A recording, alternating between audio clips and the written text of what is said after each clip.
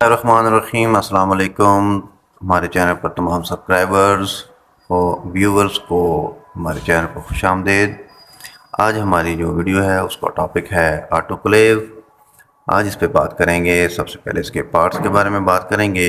इसके पार्ट्स क्या हैं, इसमें स्टेलाइजेशन की जाती है और उसका असूल क्या है, और उसके बाद इसको ऑपरेट कैसे किया जाता है, ये आज हम तफसीलन इस पर बात करेंगे। तो तब तक हमारे चैनल को जिन लोगों ने सब्सक्राइब नहीं किया वो जल्दी से सब्सक्राइब कर दें और बेल आइकन को क्लिक कर दें। जी, तो चलते हैं टॉपिक की तरफ। तो सबसे पहले हम इसके प्रिंसिपल की बात करते हैं कि इसका असूल क्या है ऑटोक्लेविंग का। Water is heated in a closed container. This produce saturated stream under pressure. When the pressure is raised to 15 lbs यानी 15 pounds above atmospheric pressure, the steam produced is at 121 degree centigrade. आप जानते हैं कि temperature is proportional to pressure. तो pressure जब हम इसमें 15 pound करेंगे तो ऑटोमेटिकली टेम्परेचर भी बढ़ेगा, तो वो बढ़ते हुए 121 डिग्री सेंटीग्रेड पे पहुंच जाएगा।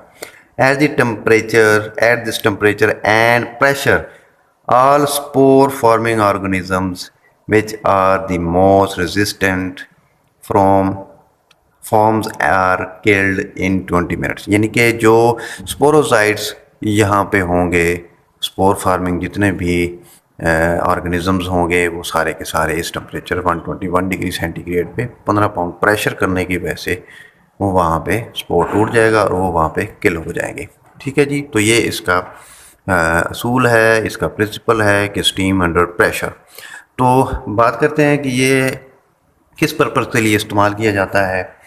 तो सबसे पहली चीज़ कि हमने नीडल्स वगैरह या सिरिंजेस हैं, टेस्ट ट्यूब्स हैं, या हमने थिएटर का इक्विपमेंट है, ठीक है, मेडिकल का जो इक्विपमेंट है, इसी तरह से जो भी जहाँ हमें मेडिकल की चीज़ें स्टेलाइज चाहिए, जिनको ज़रूरत होती है, हम उसको इसके अंदर स्टेलाइज करेंगे। एप्रन भी कर सकते हैं, रेजिस्टेबल ग्लव्स भी कर सकते हैं, कैप, मास्क वगैरह, ये सारी चीज़ें इसमें हम करेंगे। उसके बाद सेकंड जो इसका फंक्शन है उसमें हम डिसइंफेक्टेंट करने के लिए भी इसको इस्तेमाल करते हैं। यानी कि अगर हमने कोई चीज़ डिसइंफेक्ट करनी है तो उसको भी हम यहाँ पे कंटेमिनेटेड जो मटेरियल है उसको डिसइंफेक्टेंट करने के लिए भी इस्तेमाल करेंगे। ठीक है जी। तीसरे नंबर पे अगर लैब के हवाले से बात करें तो वहाँ हम बैक्टीरियोलॉजी डिपार्टमेंट में बैक्टीरियोलॉजी के इक्विपमेंट को यहाँ इसके अंदर स्टेलाइज करेंगे। जिस तरह से पेट्री डिशेस हैं, या अगर वहाँ पे हम कल्चर मीडिया बना रहे हैं तो उस मीडिया को भी हमने वहाँ पे स्टेलाइज करना है। इसी तरह से बैक्टीरियोलॉजी के मटेरियल जो है उसको भी हम यहाँ इसमें यानी स्टेलाइज कर सकते हैं। ठीक है जी, तो ये इसका पर्पज़ है। चलते हैं इसके पार्ट्स की बारे में बात करते हैं। तो सबसे पहले ये एक बॉयलर है, तंदूर नुमा एक बॉयलर है। तो इसके पार्ट्स को अब हम वन बाय वन डिस्कस करते चले जाएंगे। A large deep cylinder made of gun material in which the articles to be sterilised are placed. यानी इसके जो अंदर ये जो इसका चैम्बर है ये गन मटेरियल से बना है, यानी बहुत हार्ड मटेरियल से बना हुआ है, जो स्पेशल मटेरियल होता है। तो उसके चैम्बर के अंदर हम जो है उसको मटेरियल को रखते हैं। आपको चैम्बर दिखाता हूँ बाद में। तो इसके अंदर चैम्बर के अंदर हम जो भी चीज़ को स्टेलाइज करना है बास्केट के अंदर हम इसमें डाल के तो इसमें रख देंगे, तो फिर इसको चलाने पे ऑपरेट करने पे वो स्टेलाइज हो जाएंगी। ठीक है जी। उसको हम इसका चैम्बर भी कह सकते हैं अंदर। ठीक है जी, जो अंदर इसका खला है। उसके बाद सेकंड पे बास्केट मैंने आपको बताई, वो बास्केट वो भी आपको दिखाते हैं जी। तो इसको ओपन करके आपको इसका चैम्बर भी दिखाते हैं और उसमें मौजूद बास्केट भी। तो ये है इसका चैम्बर। ठीक है जी, या बॉयलर कह लें। इसके अंदर जो इसकी बास्केट है जिसके अंदर हम सामान को रखते हैं और स्टेलाइज करते हैं। इस बास्केट को अगर आप गौर देखें तो यहाँ पे आपको नज़र आएगा कि यहाँ पे ये कुछ कट्स वगैरह बने हुए हैं और उसके ऊपर ये एक क्लम्प लगा हुआ है। इस क्लम्प को अगर हम यहाँ से खोलें तो खोलने की सूरत में अगर इसको हम यहाँ से मूव करेंगे तो यहाँ आपको ये जिस तरह से सुराख नज़र आ रहे हैं, ये यहाँ पे इसमें सामान रखने के बाद इन सुराखों को जी इस तरह से इसको जब हम यहाँ से खोलते हैं तो उसमें ये यहाँ पे सुराख बने हुए हैं। इन सुराखों में से जो भाप है, जो स्टीम है ड्यूरिंग स्टेलाइजेशन, वो इस बास्केट के अंदर जाएगी और जितना भी इस मटेरियल है उसको हम इस बास्केट के अंदर रख के इसको बंद कर देंगे। और जब हमारी स्टेलाइजेशन कंप्लीट होगी तो बाहर निकालने पे हम इसको यहाँ से इन सुराखों को बंद कर देंगे, ठीक है जी, और यहाँ से इसको लॉक कर देंगे, ठीक है जी।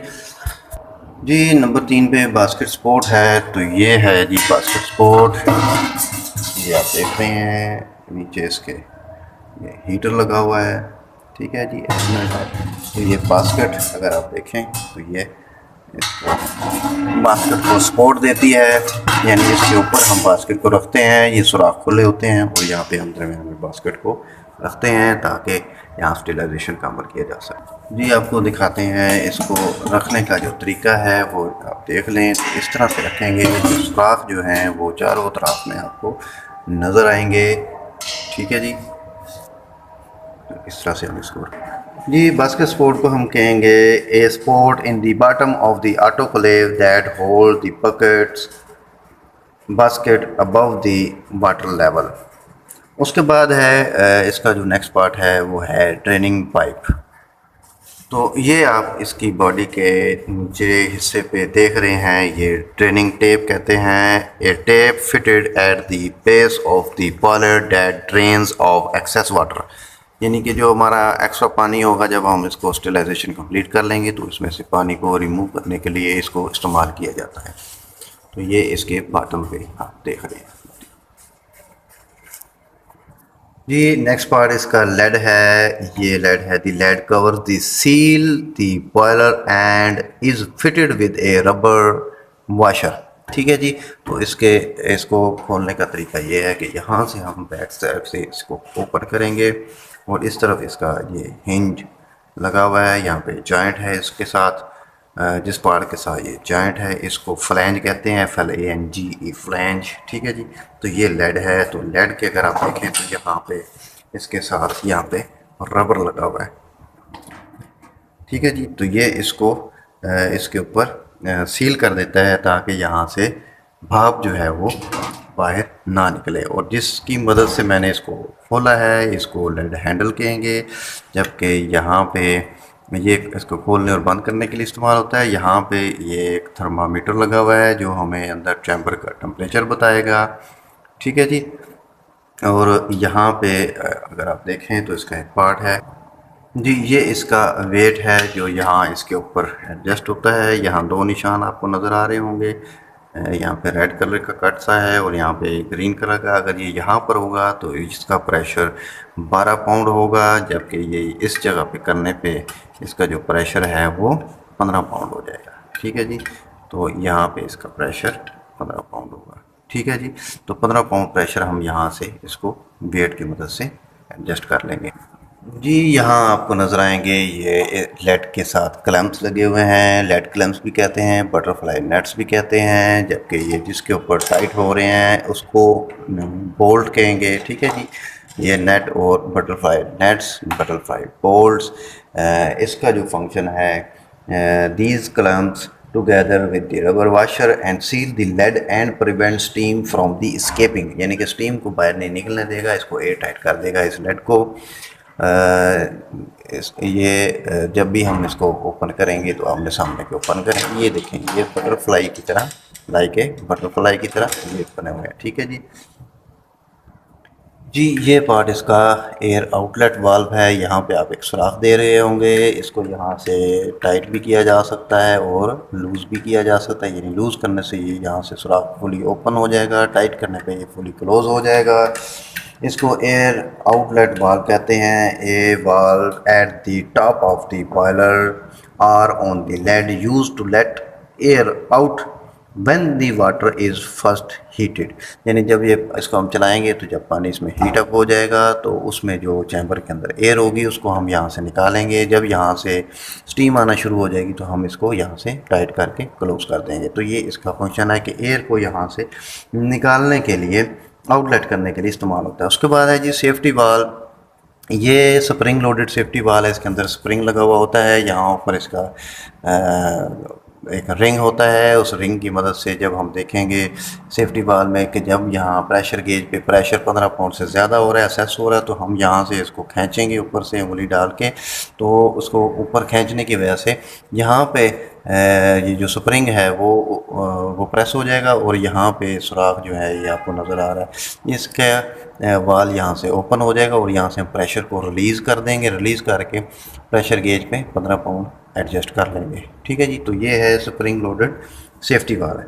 ठीक है जी, तो a valve at the top of the boiler और on the lid that let steam escape if the pressure become too high and so prevents and exposure, इसको फटने से भी बचाएगा। तो इसको प्रेशर को, एसएस प्रेशर को रिलीज़ करने के लिए। उसके बाद नेक्स्ट चीज़ आएगी प्रेशर गेज जी। तो यहाँ पे इसका प्रेशर देखने के लिए ये गेज लगी हुई है, a dial at the top of the boiler और on the lid that show the pressure. ठीक है जी, यहाँ से हमें प्रेशर पता चलेगा तो हम यहाँ से प्रेशर बढ़ने की सूरत में इसको स्प्रिंग लोडेड सेफ्टी वाल्व की मदद से हम इसको रिलीज़ कर सकेंगे। तो यहाँ पे प्रेशर जो है इस प्रेशर गेज के ऊपर, ठीक है, और ये इसके नीचे प्रेशर गेज पाइप है और पाइप लेड के साथ जुड़ा हुआ है। ठीक है जी, तो प्रेशर गेज पाइप इसके दरमियान में लेड में और प्रेशर गेज के दरमियान में प्रेशर गेज पाइप मुंसलिक होता है। बाकी ये इसकी बॉडी है, आप यहाँ सुराख देख रहे हैं ताकि इसके चैम्बर को काम करने के बाद टेम्परेचर बढ़ने की सूरत में ठंडा करने के लिए यहाँ से एयर वगैरह क्रॉस हो सकती है इजीली। उसके बाद ये आप पावर ऑन ऑफ स्विच देख रहे हैं, यहाँ आपको ये रेड कलर की पावर इंडिकेटर लाइट आपको नज़र आएगी। जब इसमें पावर इलेक्ट्रिक करंट आएगा तो यहाँ पे इसमें ये रोशन हो जाएगी। और ये आप देख रहे हैं यहाँ पे, तो ये इसका टाइमर है। यहाँ पे अगर इसको क्लोज करके देखें तो यहाँ पे हम इसमें टाइम सेट कर सकते हैं, तो 20 मिनट्स हमें चाहिए होंगे। तो उसके बाद यहाँ अगर आए तो ये ग्रीन कलर की आपको एक पायलट लाइट नज़र आ रही है। ये ग्रीन कलर की लाइट जब टाइमर जो है वो चल रहा होगा, यानी 20 मिनट टाइम जितना हमने दिया है वो चल रहा होगा, तो ये ऑन होगी। और जब ये इसका टाइमर टाइम कंप्लीट कर लेगा तो ये क्लोज़ होने की सूरत में ये ऑफ हो जाएगी। और ये अगर आप देखें नीचे तो ये प्रेशर गेज इसके साथ लगी हुई है, जहाँ से हम प्रेशर को एडजस्ट कर सकते हैं ऑटोक्लेव के। ठीक है जी, और ये जो जिसके ऊपर ये सब कुछ लगा है इसको ऑपरेटिंग बॉक्स कहते हैं। ऑपरेटिंग बॉक्स के साथ अगर आप यहाँ बॉडी के एंड पे देखें तो यहाँ आपको हीटर पायलट लाइट नज़र आएगी रेड कलर की। ये इंडिकेटर लाइट जो है जब हीटर इसमें टेम्परेचर बढ़ा रहा होगा, अंदर चल रहा होगा, तो ये यहाँ पे ऑन हो जाएगी। और जब टेम्परेचर मेंटेन होने पे हीटर क्लोज होगा तो ये बंद हो जाएगी। नीचे आप इसके ये टायर्स देख रहे हैं, इनको कास्टर कहते हैं, जिसकी मदद से हम इसको एक जगह से दूसरी जगह पे मूव कर सकते हैं। ठीक है जी, यहाँ दूसरी तरफ देखें तो ये इसका एक फ्यूज़ लगा हुआ है जो कि इसको इलेक्ट्रिक करंट के कमी बेशी की सूरत में जलने से बचाता है। उसके बाद ये नीचे अगर आप देखें तो यहाँ पे आपको ये इलेक्ट्रिक वायर्स इसके साथ लगी हुई हैं, अटैच हैं। ठीक है जी, वो इलेक्ट्रिक करंट प्रोवाइड करती हैं। जबकि मज़ीद इससे नीचे अगर आप ये देखें तो यहाँ पे अर्थ वायर कनेक्ट होती है जो कि शॉर्ट होने की सूरत में बचाती है। ठीक है जी, किसी भी मिसहैप से बचाती है। ठीक है जी, तो ये इसके पार्ट्स हैं जो आज हमने सारे डिस्क्राइब किए। तो यहाँ अब नेक्स्ट आपको बताता चलूँ, इसको ऑपरेट करते वक्त जब हम इसमें बास्केट के अंदर सामान को रख देंगे, सामान रखने के बाद हम एयर आउटलेट वाल्व को ओपन कर देंगे। तो ओपन करने से जितनी एयर इसके चैम्बर में है वो यहाँ से खारिज होना शुरू हो जाएगी। और जब यहाँ से भाप निकलना शुरू हो तो इट मीन्स के चैम्बर में से हवा एयर जो है वो आउट हो चुकी है। लिहाजा एयर आउटलेट वाल्व को टाइट करके यहाँ से बंद कर देंगे। बंद करने के बाद हम प्रेशर गेज पर नज़र रखेंगे और प्रेशर गेज पे टेम्परेचर और थर्मामीटर थर्मामीटर के ऊपर टेम्परेचर को बढ़ता हुआ देखेंगे। यहाँ से टेम्परेचर भी बढ़ेगा और यहाँ से प्रेशर गेज से हम प्रेशर को बढ़ता हुआ देखेंगे। जब टेम्परेचर, याद रखें, जब टेम्परेचर और प्रेशर दोनों मेंटेन हो जाएंगे तो उस सूरत में हम स्टॉप वॉच को चला देंगे और स्टॉप वॉच चलाने के बाद हम उसको 20 मिनट का टाइम देंगे। तो 20 मिनट के जब पूरा हो जाए तो फिर हम उसको ऑफ़ कर देंगे। इस दौरान मैंने आपको बताया air safety valve, spring loaded safety valve की मदद से अगर प्रेशर गेज पे प्रेशर बढ़ रहा है तो एक्सपोजर का ख़तरा है, लिहाजा वहाँ से हम स्प्रिंग लोडेड को यहाँ से खींच के तो यहाँ से इसकी एयर स्टीम जो है उसको रिलीज़ कर देंगे और मुसलसल नज़र रखेंगे प्रेशर गेज के ऊपर। ठीक है जी। तो जब हम इसको कंप्लीट करने के बाद जब हम इसको ओपन करेंगे, खोलेंगे, यहाँ से हमें दरकार होगा तो हम इसके ये जो इसका हिंज है जहाँ इसका जॉइंट लगा हुआ है, इस जॉइंट की तरफ से हम इसको खुद खड़े हो जाएंगे और यहाँ से हैंडल को पकड़ के यूँ हम इसको अपनी तरफ ऐसे खोलेंगे ताकि इसमें से भाप जो है वो हमारे ऊपर ना आए। अगर हम इसको इस तरफ से खोलेंगे तो यकीनन यहाँ से खोलने की सूरत में भाप हमारे ऊपर आएगी और वो 121 डिग्री टेम्परेचर की भाप हमें जला सकती है। तो लिहाजा इस चीज़ का ख़ास तौर पे ख्याल रखेंगे। और 20 मिनट पूरे होने के बाद जब हमने इसको एयर आउटलेट को फुली खोल देंगे ताकि सारी प्रेशर जो है वो रिलीज़ हो जाए। जब हमें प्रेशर गेज पे प्रेशर 0 पे आता हुआ नज़र आ जाए तो उस सूरत में हम इसको ओपन करेंगे। ओपन करने के लिए या टाइट करने के लिए बटरफ्लाई नट्स जो हैं ये हमेशा आमने सामने के खोलेंगे और आमने सामने ही के बंद करेंगे। ठीक है जी। ये इस तरह से उसके सामने वाला ही खोलेंगे, उसके सामने वाला ही बंद करेंगे। ठीक है जी। तो टाइट भी हाथ से करें, ज़्यादा इसको टाइट ना करें क्योंकि जब टेम्परेचर बढ़ेगा तो ठोस अजिसाम फैलते हैं तो उस सूरत में ये बहुत ज़्यादा टाइट हो जाएंगे। अगर हाथ से अगर आप इसको जितना इजीली टाइट हो रहा है इसको करेंगे तो बाद में स्टेलाइजेशन के बाद ये इजीली ओपन हो जाएंगे। अगर इसको आप बहुत ज़्यादा टाइट करेंगे तो ये ओपन मुश्किल से होंगे क्योंकि गर्म होने पे ये मेटल जो है ये फैल जाएगा। ठीक है, ज़्यादा टाइट हो जाएंगे, लिहाजा इस चीज़ का भी ख्याल रखें। उसके अलावा आप कोशिश ये करें कि इसके करीब रहें, इसके पास मौजूद रहें क्योंकि अगर थोड़ी सी भी लापरवाही की वजह से ये ब्लास्ट हो सकता है, फट सकता है और नुकसान हो सकता है जानी माली। ठीक है जी। इसी तरह इलेक्ट्रिक शॉक की सूरत में वो भी चलाने से पहले वायर को चेक करें कि कहीं से वायर जो है वो इलेक्ट्रिक करंट उसमें से लीक तो नहीं हो रहा या यहाँ से कोई शॉर्टेज का खदशा तो नहीं है। उसके अलावा ये जो इसकी अंदर जो बास्केट स्पोर्ट है उसमें जो मखसूस मॉडल के हिसाब से जितना वाटर है उतना ही डालें, उससे ज़्यादा ना डालें। हमेशा याद रखें जो बास्केट स्पोर्ट है पानी उससे नीचे ही रहे, अगर ऊपर होगा तो पानी बास्केट के अंदर चला जाएगा और हमारे स्टेरिलाइजेशन जो है वो ठीक से नहीं होगी। लिहाजा जहाँ तक उसका जो स्पेसिफिक लेवल है उस लेवल तक ही उसमें रखें। पानी कम होने की सूरत में वहाँ मौजूद जो हीटर है वो जल जाएगा, जो एलिमेंट लगा हुआ है, और अगर ज़्यादा होगा तो वो बास्केट के अंदर पानी चला जाएगा और उसको सबको वहाँ पे हमारी स्टेरिलाइजेशन को ख़राब करेगा, सामान को, मटेरियल को ख़राब कर सकता है। ठीक है जी। इसका स्टॉप वॉच तभी ही चलाएं जब आप देखें एग्जैक्टली टेम्परेचर और प्रेशर दोनों मेंटेन हो चुके हैं। उसी सूरत में 20 मिनट्स टाइम दें। ऐसे नहीं है कि चलाते ही आप 20 मिनट्स एडजस्ट कर लें तो यूँ स्टेरिलाइजेशन नहीं होगी। ठीक है। उसके अलावा जो प्लास्टिक वेयर की चीज़ें हैं याद रखें वो रजिस्टेबल ही इसमें रखें। इसी तरह जो आपके कैप मास्क या ओवरकोट वगैरह हैं, शीट्स हैं, वो इसके अंदर अगर आप रख रहे हैं तो प्लास्टिक की जितनी चीज़ें हैं वो सारी रजिस्टेबल रखेंगे। जितनी भी शार्प चीज़ें हैं वो इसमें नहीं रखेंगे, बाई हीट मेथड किसी में भी नहीं करेंगे। आप जानते हैं स्टेरिलाइजेशन बाई हीट मेथड की जाती है या फिर फ़िज़िकल की जाती है या फिर केमिकल की जाती है। तो फिर फ़िज़िकली जो स्टेरिलाइजेशन है उसमें हीट मेथड जो है उसमें भी आगे दो उसके ऑप्शंस हैं, वेट हीट मेथड और ड्राई हीट मेथड। तो ये वेट हीट मेथड में ऑटोक्लेव को इस्तेमाल किया जाता है। तो चूँकि यहाँ भाप से हम कर रहे हैं तो इसके चैम्बर के अंदर भाप होती है। ठीक है जी।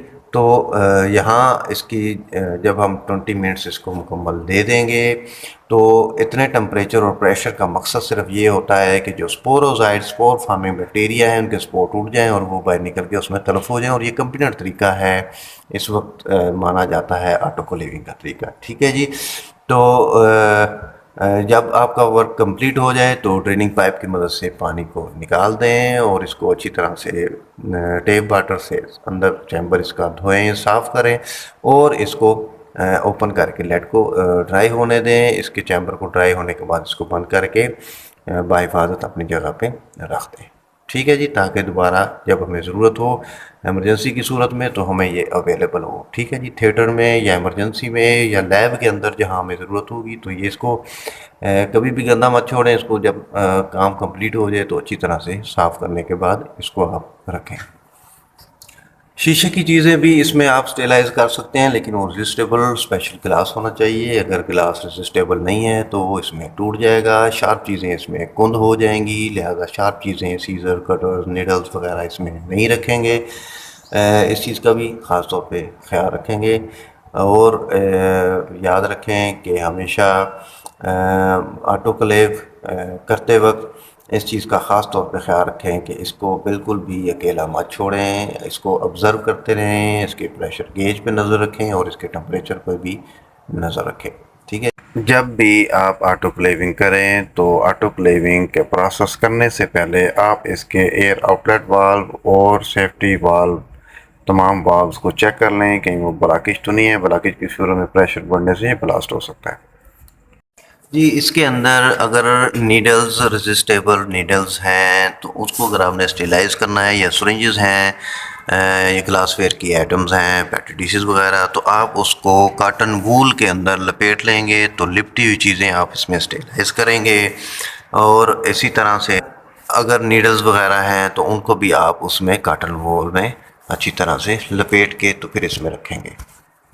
तो लेबॉर्ट्री के अंदर यहाँ पैटी डिशेस, सिरिंजेस, नीडल्स इसमें, या हम इसमें जो एगर हैं वो भी हम इसमें स्टेलाइज कर सकते हैं फ्लास्क के अंदर रखकर। इसी तरह से पास्चर पिपर्स या जिसको हम ड्रॉपर कहते हैं उसको हम इसमें स्टेलाइज कर सकते हैं। याद रखें जब आप इसको चला रहे हों तो ड्रेनिंग पाइप को बिल्कुल हाथ ना लगाएं क्योंकि ये बहुत हीट अप होता है, हाथ आपका चल सकता है। इसी तरह से इसकी लेड को भी हाथ मत लगाएं, मत टच करें क्योंकि ये भी आपके हाथ को जला सकती है। यहाँ पे भी टेम्परेचर बहुत ज़्यादा होता है। यहाँ पे इस एयर आउटलेट वाल्व को भी टच मत करें, ये भी बहुत ज़्यादा गर्म होगा। वर्किंग के दौरान इसको अकेला मत छोड़ें, इसके करीब रहें जब प्रेशर ख़ास तौर पे राइज़ कर रहा हो इसके अंदर और बर्निंग हो रही हो।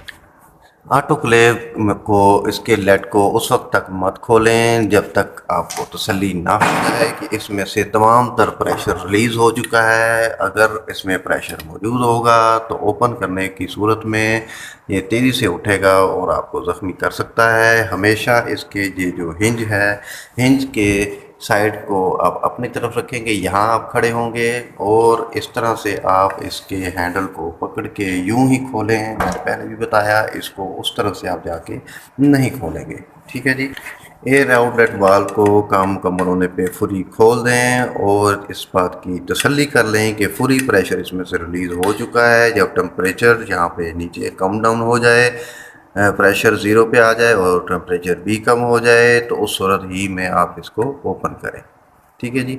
और जब बास्केट को आप इसमें से रिमूव करें, निकाल लें, बास्केट भी बहुत गर्म होगी, लिहाजा वहाँ पे चटल फारसब की मदद से कुछ इस तरह से चटल फारसब होगा, उसकी मदद से आप इसको बाहर निकालें। और चूँकि मटेरियल सारा मॉइस्ट है, यहाँ पे वेट होगा भाप की वजह से, तो उसको आप हॉट एयर ओवन के अंदर रख के फास्ट एवेपोरेशन के ज़रिए उसको खुश कर लेंगे, ड्राई कर लेंगे। और अगर आप उसको स्लोली मॉइस्ट करना चाहते हैं तो आप उसको इंक्यूबेटर के अंदर रख के भी 60 डिग्री पे सेंटीग्रेड पे इसको ड्राई कर सकते हैं और उसको इस्तेमाल यूज़ टू कर सकते हैं।